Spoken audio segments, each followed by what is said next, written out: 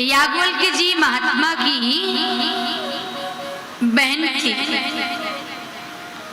जिनके पति की मृत्यु हो गई थी और छोटी सी उम्र में जिनको वैधव्य प्राप्त हुआ। छोटी सी उम्र में दुख, छोटी सी उम्र में उन्होंने विपत्तियां झेली, बड़ा भारी कष्ट प्राप्त हुआ। आपको एक बात बताऊं, जीवन में संघर्ष का होना बड़ा महत्वपूर्ण है, याद रखिएगा। जीवन में संघर्ष होना जरूरी है। यदि जीवन में संघर्ष नहीं होगा, हानि होना बहुत जरूरी है।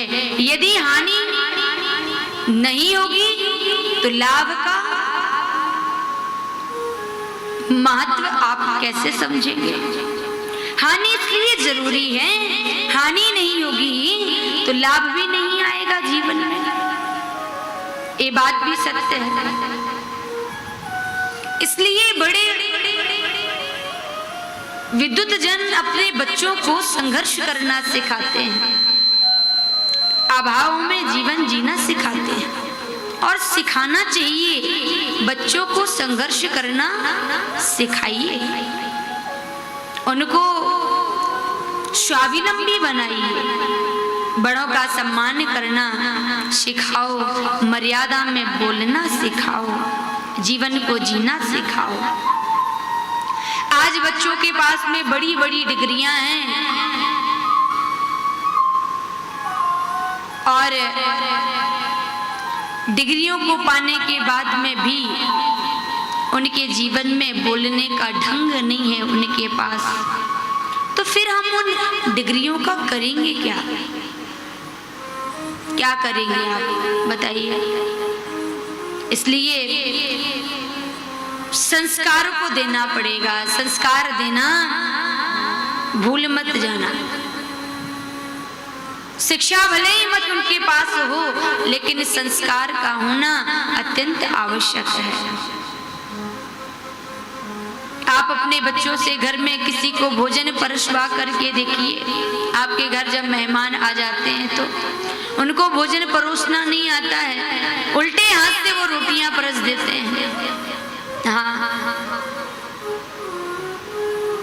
ये गलती उनकी नहीं है, ये गलती माँ की है।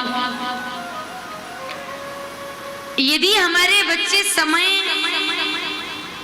के होते जिम्मेदार बनते हैं तो ये बहुत अच्छी बात है, लेकिन समय निकलने के बाद बड़ी उम्र में भी उनके अंदर जवाबदारी नहीं आ रही है, जिम्मेदारी नहीं है, तब फिर मामला गड़बड़ है। इसलिए समय रहते हुए उनको जिम्मेदार बनाइए।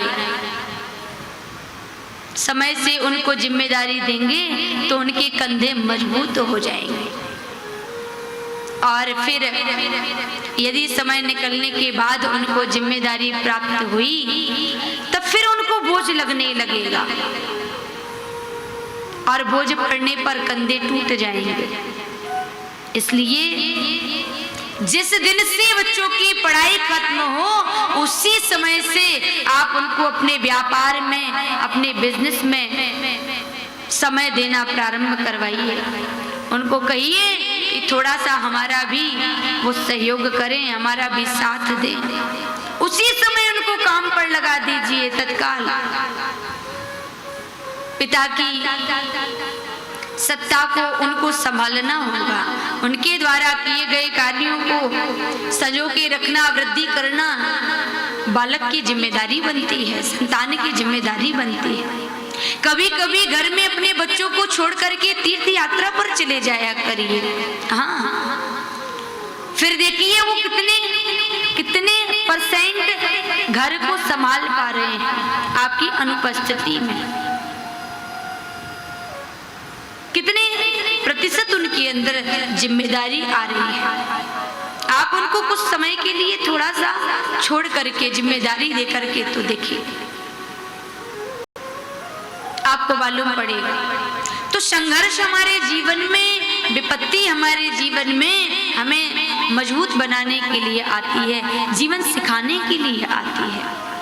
और माता कुंती ने तो आप जानते ही हो, एक विपत्ति समाप्त ना हो दूसरी विपत्ति आ जाए, एक दुख समाप्त ना हो दूसरा दुख मुझे दे देना, यही मांग करी थी।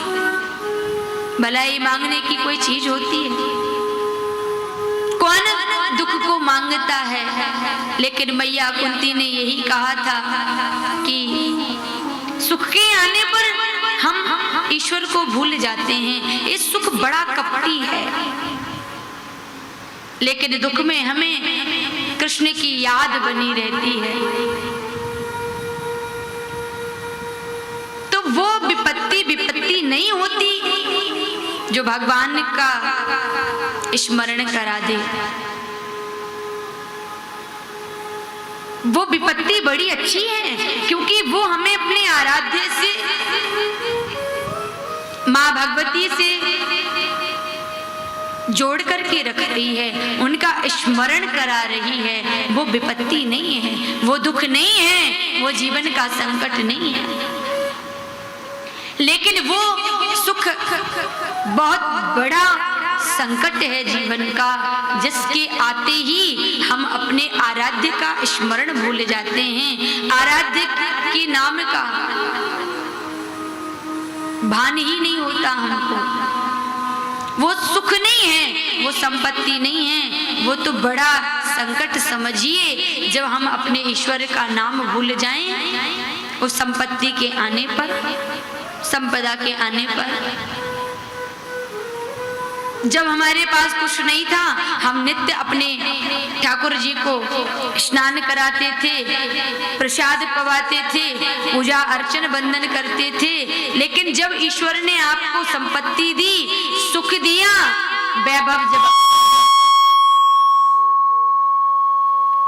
वैभव के आने पर आपने अपने घर में ही एक पूजा करने वाले ब्राह्मण को लगा दिया, एक पूजा करने वाले व्यक्ति की ड्यूटी नियुक्त कर दी।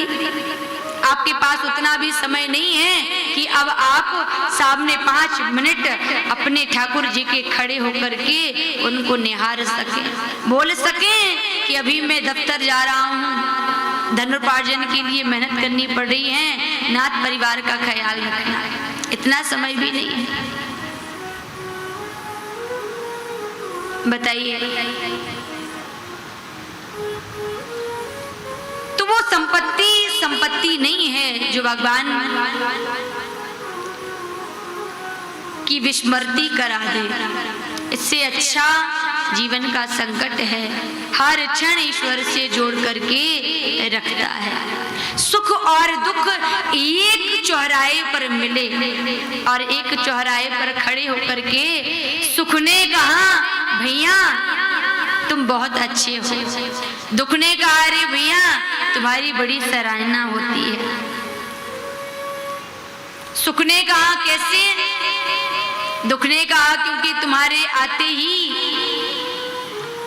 लोग संबंध बनाना शुरू कर देते हैं। जब जीवन में धन आता है, संपत्ति, संपदा, पद, प्रतिष्ठा, तो फिर ऐसे लोग भी जुड़ जाते हैं कि जिनसे हमारा कोई नाता नहीं था और वो रिश्तेदारी निकाल लेते हैं। तो तुम बड़े भाग्यशाली हो, तुम्हारे आने पर सगे संबंधी जन और सब घनिष्ठता से जुड़ जाते हैं, अपना संबंध बनाते हैं।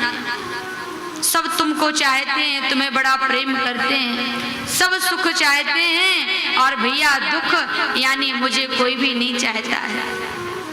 दुख रोने लगा, सुख ने कहा मुस्कुराते हुए दुख से रो मत, तुम्हारे अंदर एक बहुत बड़ी बात है। और क्या है?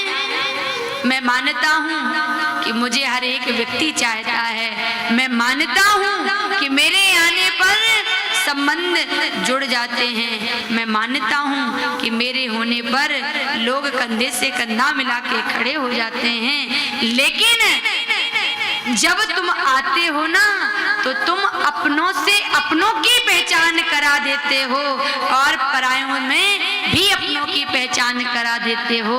बल्कि जब मैं सुख रहता हूँ तो नहीं जान पाता हूँ कि कौन अपना है और कौन पराया है, क्योंकि सुख में तो सब हमें अपने ही लगते हैं। इसलिए जीवन में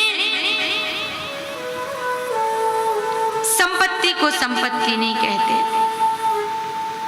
ईश्वर की याद बनी रहे वो सबसे बड़ी संपत्ति है।